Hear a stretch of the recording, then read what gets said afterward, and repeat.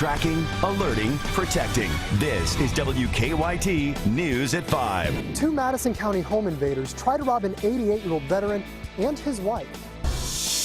The two candidates in the closely watched U.S. Senate race crisscrossed the state today in a final attempt to get out voters.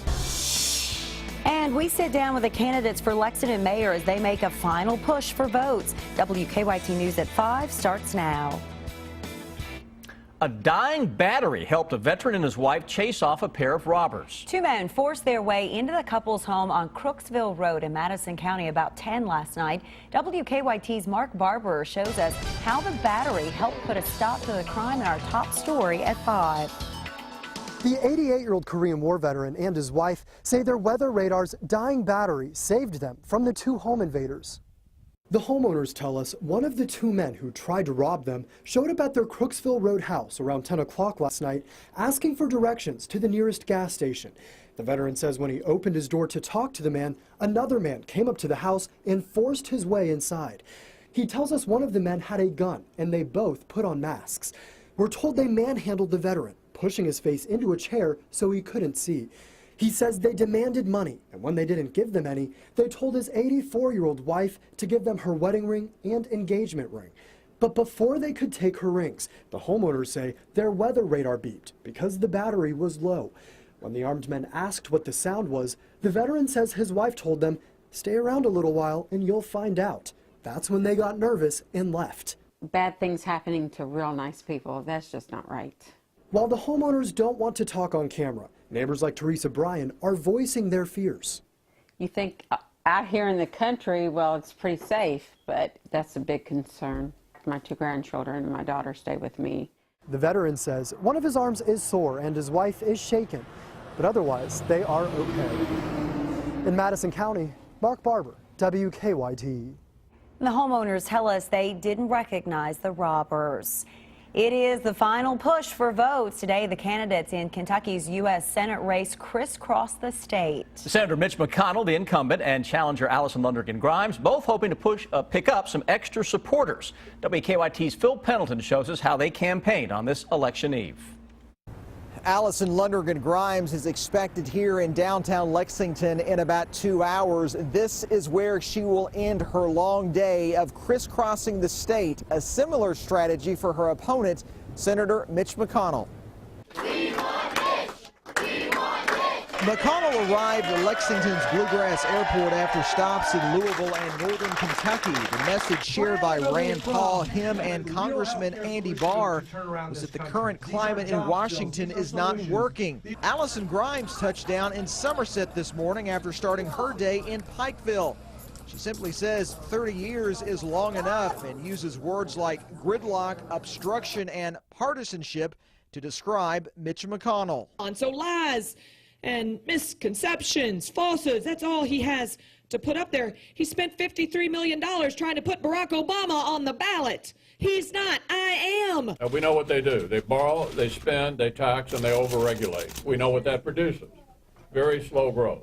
And Senator Mitch McConnell is expected to touch down in Bowling Green in about 30 minutes, the hometown of Senator Rand Paul, who has joined him in many of these stops today. Much more on what both candidates had to say at 6 o'clock. But for now, in Lexington, Phil Pendleton, WKYT. Grimes will be voting in Lexington tomorrow, while Senator McConnell casts his ballot in Louisville.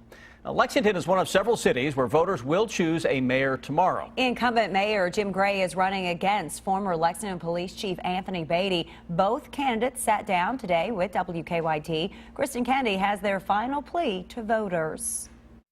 Mayor Gray made campaign calls this morning, and challenger Beatty made a radio appearance. Both men are encouraging people to get out tomorrow and vote. Mayor Gray says his campaign team likes to prepare for election days as if they're the underdogs. This is the former CEO of Gray Construction's second run at the mayoral office. We run like we're 20 points down. That's what's great about a campaign. And, you know, campaigns keep us on our toes. It's a good thing. His challenger, former Lexington Police Chief Anthony Beatty, says he is running a grassroots campaign focused on forming relationships with the people of Lexington. I really do feel like we've done due diligence and hard work to win the votes that we need. and I think this is going to be a very close race. Neither candidate is taking votes for granted. Mayor Gray and his team will continue to make campaign calls. Have talked about in the campaign are 3 key goals: creating jobs, running government efficiently, and building a great American city. The touchstones for me have been getting things done. Beatty will continue to campaign into the night. More than 200 volunteers will be at more than 60 intersections around town, encouraging drivers to beep for Beatty. Look at my record as police chief in terms of my leadership, integrity, my character, my ability to make Lexington a safe city. We put together an excellent team of people. We can take Lexington to the next level. Both men plan on campaigning until the moment the polls close. In Lexington, Kristen Kennedy, WKYT. Both candidates for mayor will be casting their ballots tomorrow morning. We'll have crews with both men throughout the day. Be sure to follow WKYT for all your campaign coverage 2014. And we are tracking several mayor's races in central Kentucky and Richmond. Incumbent Jim Barnes faces a serious challenge from City Commissioner Laura Durham King. Georgetown Mayor Everett Varney also in a close race with former Mayor Tom Prather. And there will be a new mayor in Nicholasville where John Martin and Pete Sutherland each want the city's top office, and in Winchester it's a repeat from 2010 where incumbent Ed Bertner is facing challenger Ralph Harrison for the second straight election. The polls open at 6 a.m. tomorrow and they stay open until 6 p.m. If you need to check your polling place or find a sample ballot, just visit WKYT.com.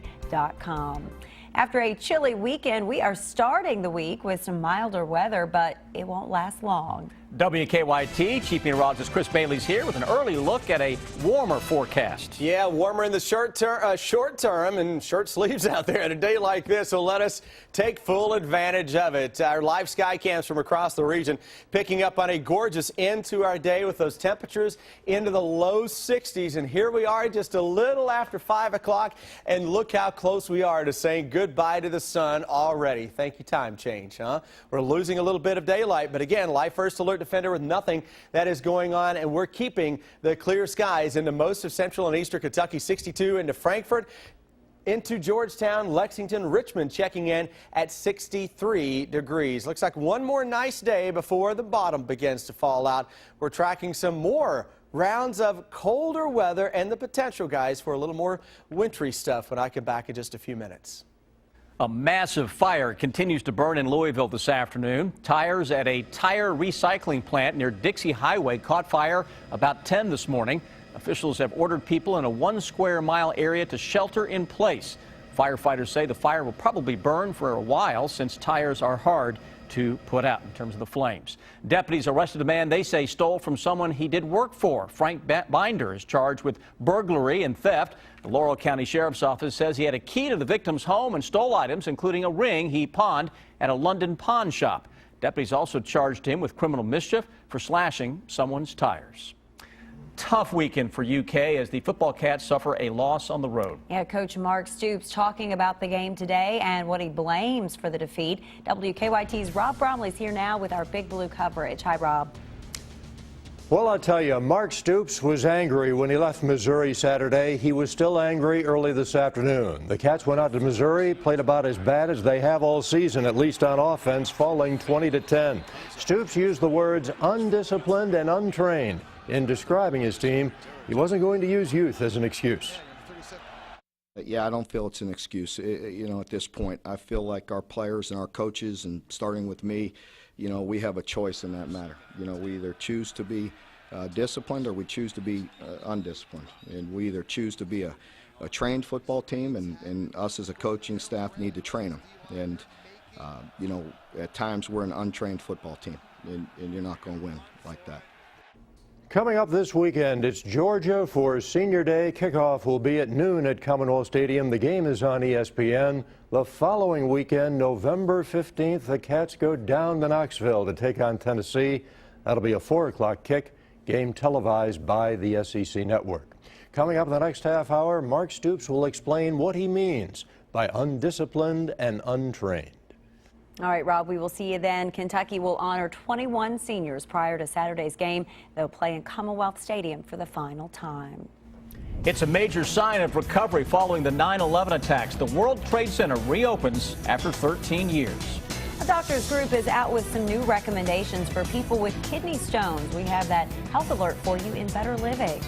And Fayette County's new driver's license office is the target of a burglar. We're tracking the investigation on WKYT News at 5:30.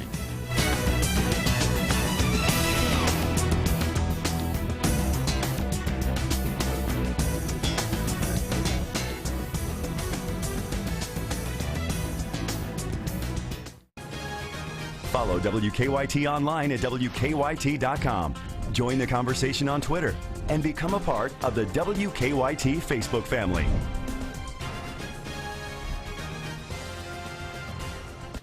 Here's a look at the most viewed stories on our website. People want to know more about a terminally ill woman who decided to end her life.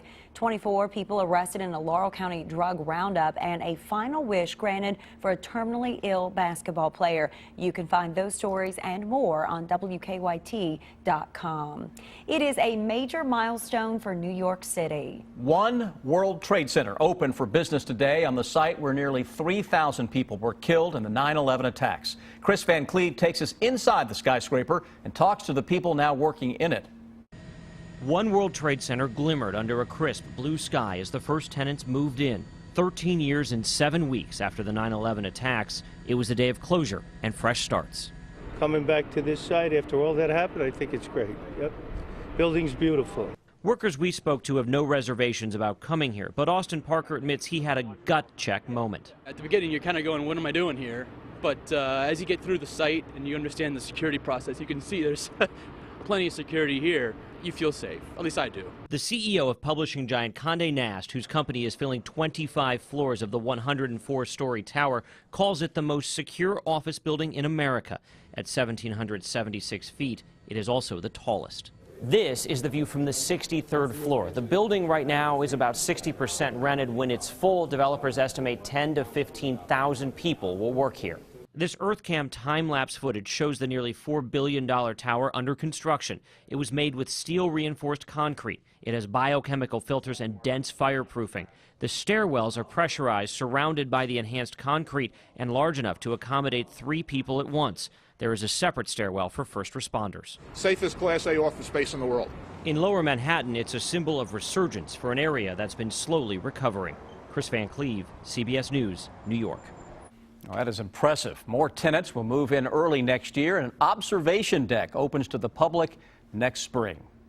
Students returning to a Washington State high school today, more than a week after a deadly school shooting. 3 students and the gunman died in the shooting in Marysville, Washington, back on October 24th. Well-wishers greeted students as they arrived for an assembly this morning. They'll go back to their regular schedule tomorrow. Workers have recovered the last victim missing after a shipwreck. Crews cleaning debris from the 8th deck of the Costa Concordia found Russell Rebello's body. He worked on the ship as a waiter. That ship ran aground in Italy in January of 2012, killing 32 people. It was removed from the ocean this summer and is being dismantled and scrapped. The National Transportation Safety Board says it thinks human error played a role in a deadly space plane crash. Virgin Galactic Spaceship 2 crashed in the Mojave Desert Friday, injuring the pilot and killing the co-pilot. Investigators say a device used to slow the rocket plane down was activated too early. The plane is designed to take civilians into space. Virgin's owner doesn't think the crash will scare people off. What is absolutely remarkable is that on the day of the accident, 2 people actually signed up and paid up in full to go to space. More than 700 people, including Angelina Jolie and Leonardo DiCaprio, have already signed up for the trip to outer space. Virgin is offering refunds to anyone who changes their mind. 2 car makers will pay $100 million for overstating the gas mileage of their cars. Hyundai and Kia will pay the largest fine in U.S. history for violating the Clean Air Act. Neither company admitted to wrongdoing. Hyundai says it simply made honest mistakes when interpreting complex gas mileage test requirements. Woodford Reserve plans to restore a creek near their facility. How that will actually benefit their bourbon on WKYT News at 5:30. An alert about gas prices, why more people are getting evicted, and some new guidelines for kidney stone patients. Those stories next in Better Living. It is time now for Better Living, health, education, and consumer news that impacts your life. An alert today: if you use natural gas to heat your home, the State Public Service Commission says you can expect to pay about 4.5% more this November compared to a year ago. If you use 10,000 cubic feet of gas, that means your bill is going to be about $106. A new report shows more renters are being evicted than ever before. Researchers at the University of Wisconsin School of Law found the big reason is simply many can't pay higher rents. On average, rent has gone up 7% in the past year, but incomes have only inched up 1.8%. The report also found landlords were kicking many people out over minor violations. A blood test could one day help diagnose cancerous tumors in children. Researchers have found unique footprints for at least 11 types of tumors in children. They say diagnosing cancer through blood tests instead of exploratory surgery can help speed up treatment. The American College of Physicians is out with some new guidelines for people who have had a kidney stone. Bagad Shaban shows us the recommendations. Ken Trammell has been struggling with the pain of kidney stones for nearly 20 years, including right now. Usually when I get a stone, it's constant. This time it's a come and go kind of thing. New guidelines from the American College of Physicians say people who've had a kidney stone should drink at least 2 liters of fluid a day to prevent future stones. The reason that water is supposedly helpful is it's a mechanical flushing process so that stone fragments can pass, but also so that the urine doesn't sediment in the kidney and collect. Drinking more fluids could cut the chances of recurrent kidney stones in half. The group is also recommending diet changes, including eating less beef and dietary oxalate, which is found in chocolate, nuts, beets, and leafy greens. Research also shows cutting back on soft drinks, including colas, may help lower the risk of additional kidney stones. Sodas have oxalates and phosphoric acid in them, which both are major factors in the formation of kidney stones. In addition, soda can be a diuretic, so it dehydrates. Ken follows all these recommendations. I carry water with me wherever I go. But he still gets kidney stones. He has a procedure coming up to remove the ones he's currently dealing with. Bagad Shaban, CBS News.